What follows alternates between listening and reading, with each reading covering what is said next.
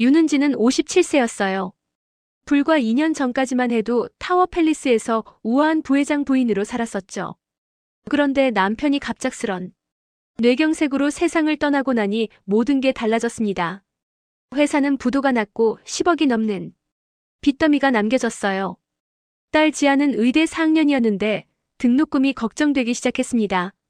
엄마 휴학할게요. 제가 알바라도 할게요. 내가 의사가 되는 게 우리 가족 마지막 희망이야. 은지 씨는 딸의 손을 꽉 잡으며 말했어요. 그때 신문, 광고에서 간병인 모집 공고를 봤습니다. 3개월 교육과정 월 250만 원 보장이라고 적혀 있었어요. 간병이라 내가 할 수 있을까? 처음에는 망설였지만 선택의 여지가 없었습니다. 간병인 교육원에서 만난 사람들은 대부분 50대 여성들이었어요. 젊은 시절 가정주부로만 살다가 갑작스의 생기를 책임져야 하는 처지였죠. 50 넘어서 이런 일을 하려니까 정말 힘들어요. 같은 기수분이 하소연했습니다. 은지 씨도 마찬가지였어요. 몸을 돌리는 법, 기저귀 교체, 욕창, 관리 모든 게 어색하고 힘들었습니다. 3개월 교육을 마치고 첫 일자리를 구했을 때 환자 가족들의 시선이 차가웠어요. 간병인 새로 왔네. 이전 분보다 나이가 많아 보이는데 그래도 은지 씨는 참았습니다. 딸의 등록금과 생활비를 위해서라면 뭐든 할 수 있었거든요. 첫 번째 환자는 80대 할머니셨는데 치매가 심하셨어요. 하루 종일 집에 가자 하시면서 울어대셨습니다. 할머니 괜찮아요. 제가 여기 있어요. 은지 씨는 할머니의 손을 잡고 위로해 들렸어요. 그런데 할머니 며느리가 불만을 터뜨렸습니다. 어머니가 자꾸 보채시네요. 간병인이 제대로 안 하는 거 아니에요? 죄송합니다. 더 신경 쓰겠습니다. 은지 씨는 고개를 숙였어요. 두 번째. 환자는 60대 남성분이었는데 성격이 까다로우셨습니다. 야, 간병인 물 떨어졌어. 존댓말도 안 쓰시고 반말로 명령하듯 말씀하셨어요. 은지 씨는 속으로 울었지만 참아야 했습니다. 네. 바로 갖다 드릴게요. 항상 웃는 얼굴로 대했어요. 이런 식으로 6개월이 지났습니다. 매일 밤 집에 돌아오면 몸도 마음도 지쳐 있었어요. 그런데 딸 지아가 말했습니다. 엄마 정말 고생 많으시네요. 제가 빨리 의사 되어서 효도할게요. 그 말 한마디에 은지 씨의 눈물이 왈칵 쏟아졌어요. 우리 딸 엄마는 괜찮아. 내가 열심히만 해주면 돼. 그러던 어느 날 은지 씨에게 특별한 기회가 왔습니다. 서울대병원 VIP 병동에서 간병인을 구한다는 연락이었어요. VIP 병동이면 좀 더 품격 있는 환자분들이겠지. 은지 씨는 기대 반 걱정 반의 마음으로 면접을 보러 갔어요. 면접관은 50대 간호사장이었습니다. 윤은지 씨 이력서를 보니까 학력이 좋으시네요. 이화여대 불문과 출신이시고네. 하지만 간병 경험은 아직 부족합니다. 은지 씨가 솔직하게 답했어요. VIP 병동은 일반 병동과 달라요. 환자분들이 대부분 사회 지위가 높으신 분들이라서 말씀도 조심해야 하고 예의도 중요해요. 간호사장이 설명했습니다. 잘할 수 있을 것 같습니다. 은지 씨는 자신 있게 답했어요. 며칠 후 합격 통보를 받았습니다. 첫 환자는 이태준 회장님이라고 했어요. 68세 남성분이고 당뇨, 합병증으로 입원하셨어요. 5년 전에 부인을 잃으신 호라이시고 자녀분들은 미국에 살고 계세요.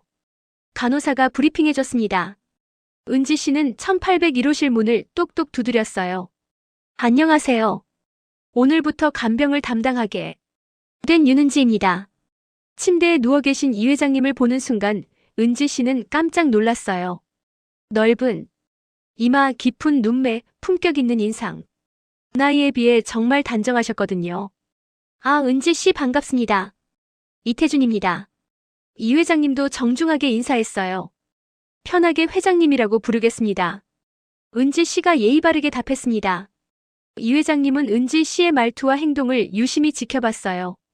다른 간병인들과는 뭔가 다른 품격이 느껴졌거든요. 은지 씨, 혹시 어디서 사셨어요? 말씀하시는 게 참 우아하시네요. 이 회장님이 궁금해하며 물었습니다. 강남 쪽에서 살았었는데 지금은 상황이 달라졌어요. 은지 씨가 애매하게 답했어요. 아, 그러시군요. 신뢰가 되는 질문이었다면 죄송합니다. 이 회장님은 더 이상 묻지 않았어요. 첫날부터 두 사람 사이에는 묘한 기류가 흘렀습니다.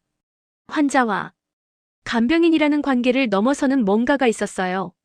이 회장님은 다른 의료진들에게도 항상 정중하셨지만 은지 씨에게는 특히 더 예의 바르게 대했어요. 은지 씨, 물 좀 부탁드려도 될까요? 네, 바로 갖다 드릴게요. 은지 씨도 자연스럽게 존댓말로 대화했습니다. 점심시간에 이 회장님이 말씀하셨어요. 은지 씨, 혹시 타워 팰리스에서 사신 적 있으세요? 은지 씨의 얼굴이 순간 굳어졌어요. 어떻게 하셨어요? 말씨나 행동, 거지를 보니까 그런 분위기가 나거든요. 제가 건설업을 하다 보니까 그쪽 분들 많이 만나봤어서요. 이 회장님이 설명했습니다. 은지 씨는 더 이상 숨길 수 없다고 생각했어요. 네, 맞습니다. 2년 전까지는 그곳에서 살았어요. 그런데 지금은 남편이 돌아가시고 나서 상황이 많이 달라졌어요. 이 회장님의 눈빛이 따뜻해졌습니다. 많이 힘드셨겠어요? 저도 아내를 잃고 나서 얼마나 힘든지 알거든요. 그 순간 두 사람 사이에 특별한 공감대가 형성되었어요. 같은 상처를 가진 사람끼리만 느낄 수 있는 깊은 이해였습니다. 이 회장님과 은지 씨는 매일 조금씩 가까워졌어요. 처음에는 단순한 환자와 간병인 관계였지만 점점 다른 감정들이 싹트기 시작했습니다. 어느 날 저녁 이 회장님이 갑자기 물어보셨어요. 은지 씨, 클래식 음악 좋아하세요? 네, 젊을 때부터 정말 좋아했어요. 특히 바을 좋아해요. 은지 씨가 눈을 반짝이며 답했습니다. 오, 정말요? 저도 바흐 애호가거든요. 골드베르크 변주곡 들어보셨어요? 이 회장님도 흥미로워하며 몸을 앞으로 기울였어요. 글렌 굴드의 연주로 수백 번은 들었어요. 1955년 녹음과 1981년 녹음 모두 가지고 있었는데 은지 씨의 목소리가 조금 슬퍼졌습니다. 아, 지금은 안 가지고 계시는군요. 이 회장님이 이해했다는 듯 끄덕였어요. 이사할 때 대부분 정리했어요. 피아노도 팔아버렸고 은지 씨가 아쉬워하며 말했습니다. 그 다음 날, 이 회장님이 깜짝 선물을 준비하셨어요. 아이패드에 클래식 음악 앱을 설치해서 은지 씨에게 건네주셨거든요. 이거 제가 받아도 되나요? 은지 씨가 당황하며 물었어요. 물론이죠. 함께 음악 듣고 싶어서요. 오늘 저녁에 골드베르크 변주곡 들어볼까요? 이 회장님이 환하게 웃으셨습니다. 그날 저녁부터 두 사람은 함께 클래식 음악을 듣기 시작했어요. 병실에 은은하게 흘러나오는 바의 선율이 두 사람의 마음을 더욱 가깝게 해주었습니다. 이 부분 정말 아름답지 않나요? 은지 씨가 감동하며 말했어요. 그러게요. 아내가 살아있을 때 자주 같이 들었는데 혼자 듣는 건 너무 외로웠거든요. 이 회장님이 아른하게 말씀하셨습니다. 저도 마찬가지예요. 남편과 함께 들었던 음악들이 이제는 슬픈 추억이 되어버렸어요. 은지 씨도 자신의 마음을 열어보였습니다. 그러면서 두 사람은 서로의 상처에 대해 조금씩 이야기하기 시작했어요. 이 회장님의 아내는 유방암으로 3년간 투병하다가 돌아가셨다고 했습니다. 마지막 1년은 정말 힘들었어요. 매일 병원에서 살다시피 했거든요. 이 회장님의 목소리가 떨렸어요. 저희 남편은 정말 갑작스럽게 갔어요. 아침에 평소처럼 출근했는데 저녁에 병원에서 연락이 왔죠. 은지도 눈물을 글썽이었습니다. 갑작스럽게 가시는 것도 오래 앓다가 가시는 것도 둘 다 너무 고통스러워요. 이 회장님이 은지의 마음을 이해한다는 듯 말씀하셨어요. 이런 대화를 나누면서 두 사람은 서로를 더 깊이 알아가게 되었습니다. 단순한 동정이나 연민이 아니라 진정한 이해와 공감이었어요. 며칠 후 이 회장님이 말씀하셨어요. 은지 씨, 제가 좀 이상한 말씀을 드려도 될까요? 네, 말씀해보세요. 은지 씨가 궁금해하며 답했어요. 5년 동안 혼자 지내면서 이렇게 마음이 편한 적이 없었어요. 은지 씨와 대화하고 있으면 마음이 따뜻해져요. 이 회장님이 진심 어린 표정으로 말씀하셨습니다. 은지 씨의 가슴이 두근거리기 시작했어요. 저도 그런 것 같아요. 회장님과 이야기하면 마음이 평안해져요. 혹시 제가 너무 나서는 건 아닐까요? 이 회장님이 조심스럽게 물어보셨어요. 아니에요. 오히려 감사해요. 이런 마음 정말 오랜만이에요. 은지 씨가 솔직하게 고백했습니다. 그날 밤 은지 씨는 집에 돌아가서 잠이 오지 않았어요. 가슴 한쪽이 따뜻하게 달아오르는 느낌이었습니다. 이게 설렘인가? 57세의 나이에 다시 느끼는 감정이라니 믿기지 않았어요. 다음 날 출근할 때 은지 씨는 평소보다 신경 써서 화장을 했습니다. 거울을 보면서 스스로도 놀랐어요. 왜 이러고 했지? 간병인인데. 하지만 마음속 깊은 곳에서는 이 회장님을 만나고 싶어하는 자신을 발견했어요. 이 회장님이 입원한 지 2주가 지나면서 두 사람 사이의 교감은 더욱 깊어졌습니다. 매일 저녁 마사지 시간이 가장 특별한 순간이 되었어요. 그날 밤 마사지를 하다가 갑자기 이 회장님이 은지 씨의 손을 잡았어요. 당신과 함께 있으면 정말 마음이 편해요.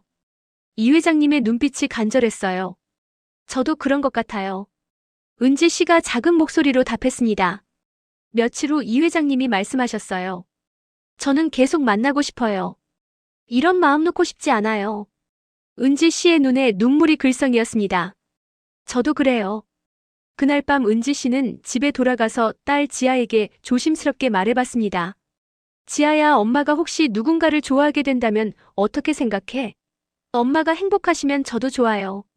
지아가 미소를 지으며 말했어요. 퇴원을 앞둔 어느 날 저녁 이 회장님이 용기를 내어 말씀하셨습니다. 솔직히 은지 씨한테 마음이 생긴 것 같아요. 저도 사실은 그런 마음이었어요. 은지 씨가 떨리는 목소리로 고백했습니다.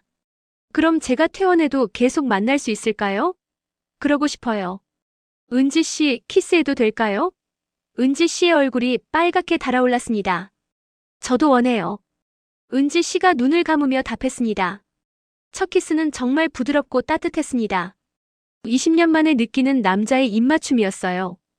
그날 밤 두 사람은 오랫동안 포옹하며 서로의 마음을 확인했어요. 이 회장님이 퇴원한 다음 날 저녁 약속 장소는 한남동에 있는 이 회장님의 자택이었어요. 은지 씨는 평소보다 정성스럽게 화장을 하고 예쁜 원피스를 입었습니다. 집 안으로 들어서니 정말 고급스럽고 따뜻한 분위기였습니다. 거실에는 그랜드 피아노가 놓여 있었고 벽면에는 클래식 음반들이 가득했어요. 오늘 저녁은 제가 직접 요리해봤어요. 같이 부엌에서 마무리해볼까요? 부엌에서 요리를 하던 중 이 회장님이 은지 씨 뒤로 와서 도와주려고 했어요. 이 회장님의 몸이 은지 씨의 등에 살짝 닿는 순간이었습니다. 은지 씨, 참을 수가 없어요. 저도 몸이 너무 뜨거워요. 침실로 가요. 은지 씨가 용기를 내어 제안했습니다. 정말 괜찮으세요? 네. 저도 원해요. 이 회장님이 은지 씨의 손을 잡고 2층 침실로 향했어요. 천천히 할게요. 괜찮아요. 당신이니까 다 괜찮아요. 그날 밤 두 사람은 57세와 68세의 간절하고 아름다운 사랑을 완성했습니다. 그 달콤한 밤을 보낸 후 며칠이 지나자 현실적인 문제들이 하나씩 고개를 들기 시작했어요. 은지 씨가 집에 늦게 들어오는 일이 잦아지면서 딸 지아가 의심하기 시작했습니다. 엄마, 요즘 왜 이렇게 늦게 들어와요? 간병일이 그렇게 바빠요? 지아가 걱정스럽게 물어봤어요. 아, 그냥 병원 일이 좀 많아서 은지 씨가 애매하게 답했습니다. 그런데 엄마 요즘 표정이 많이 밝아지셨어요.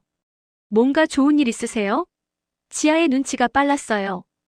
은지 씨는 딸에게 이 회장님과의 관계를 어떻게 말해야 할지 고민이 많았습니다.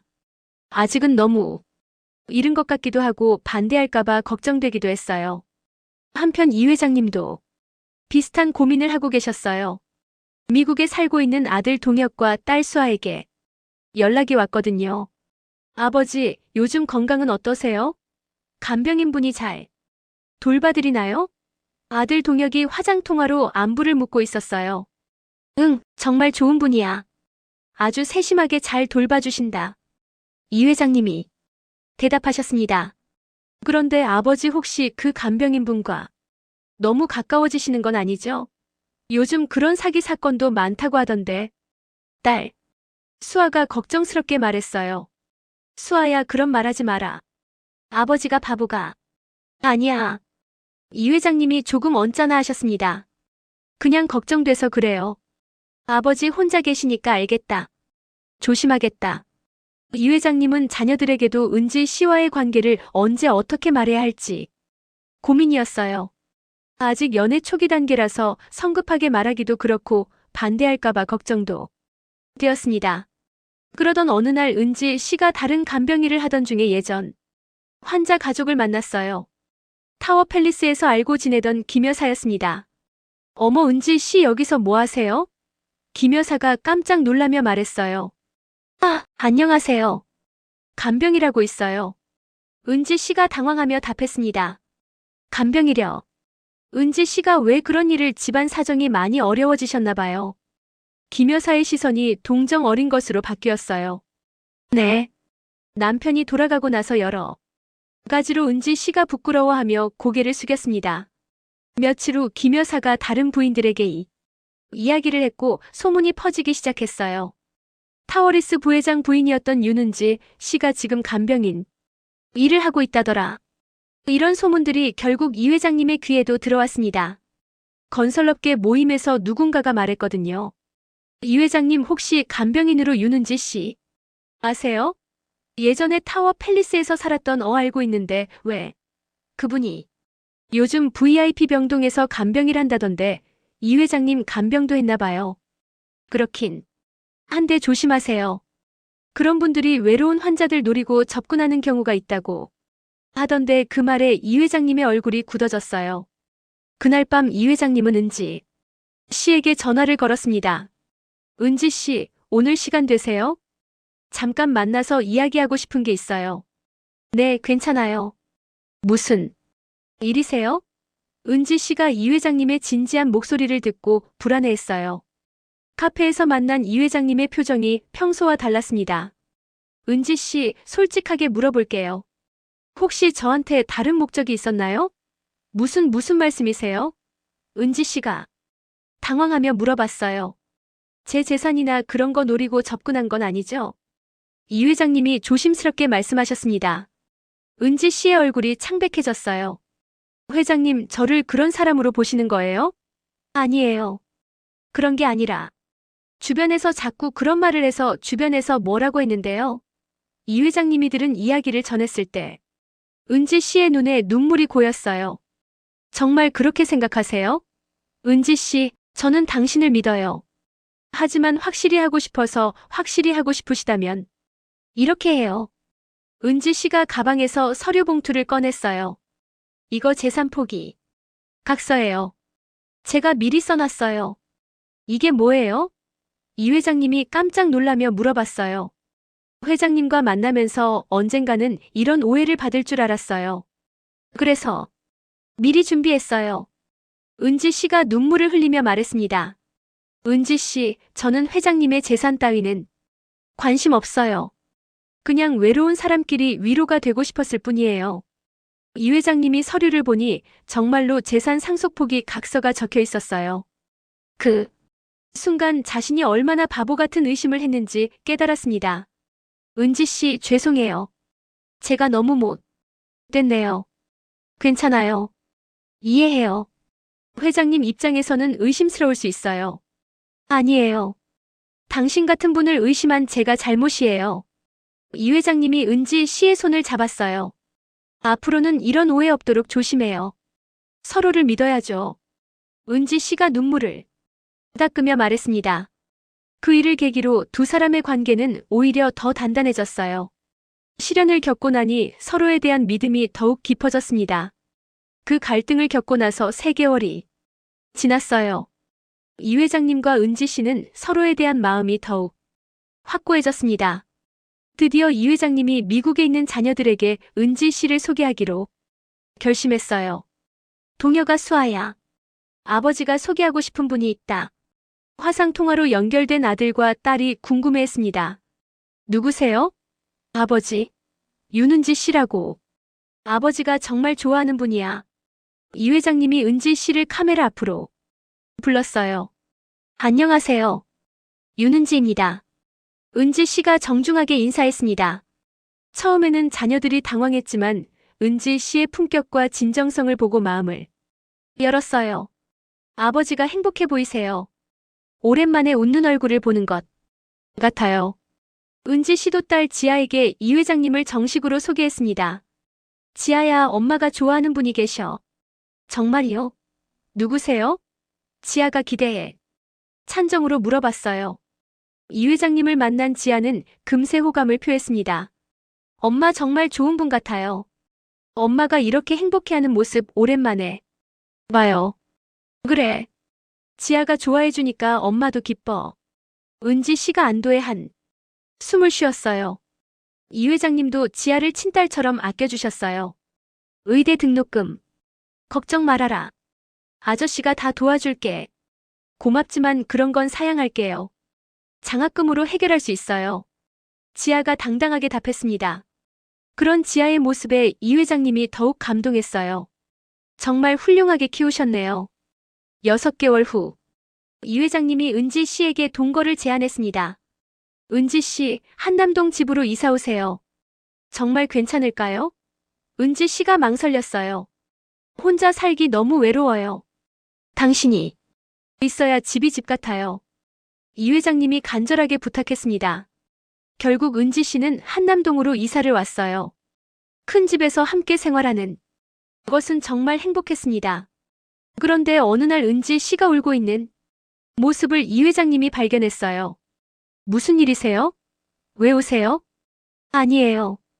그냥 생각이 많아서 은지 씨가 눈물을 닦으며 답했어요. 솔직히 말씀해보세요.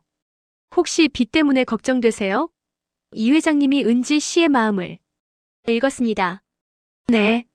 아직도 9억 정도 남아있어요.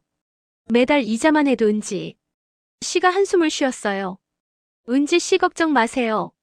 이 회장님이 은지 씨 손을 잡았습니다. 무슨 말씀이세요? 제가 이미 다 정리했어요.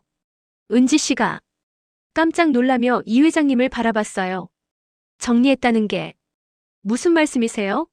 남편분 회사 빚 전부 갚았어요. 이제 걱정 안 하셔도 돼요. 이 회장님이 환하게 웃으며 말씀하셨어요. 그런 큰 돈을 왜 은지 씨의 눈에 눈물이 쏟아졌습니다. 당신이 마음 편히 살아야 저도 편해요. 그 정도 돈은 저에게는 아무것도 아니에요. 이 회장님이 은지 씨를 안아주었어요. 회장님 정말 고마워요. 어떻게 보답해야 할지 보답은 무슨 평생 제 곁에만 있어 주세요. 네. 평생 함께 할게요. 은지 씨가 감격에 눈물을 흘리며 답했어요. 그날 밤 은지 씨는 남편의 영정 앞에서 말했습니다. 여보, 이제 정말 마음 편히 갈 수 있겠어요. 빚도 다 갚았고 지아도 잘 되고 있고 좋은 분 만나서 행복하게 살고 있어요.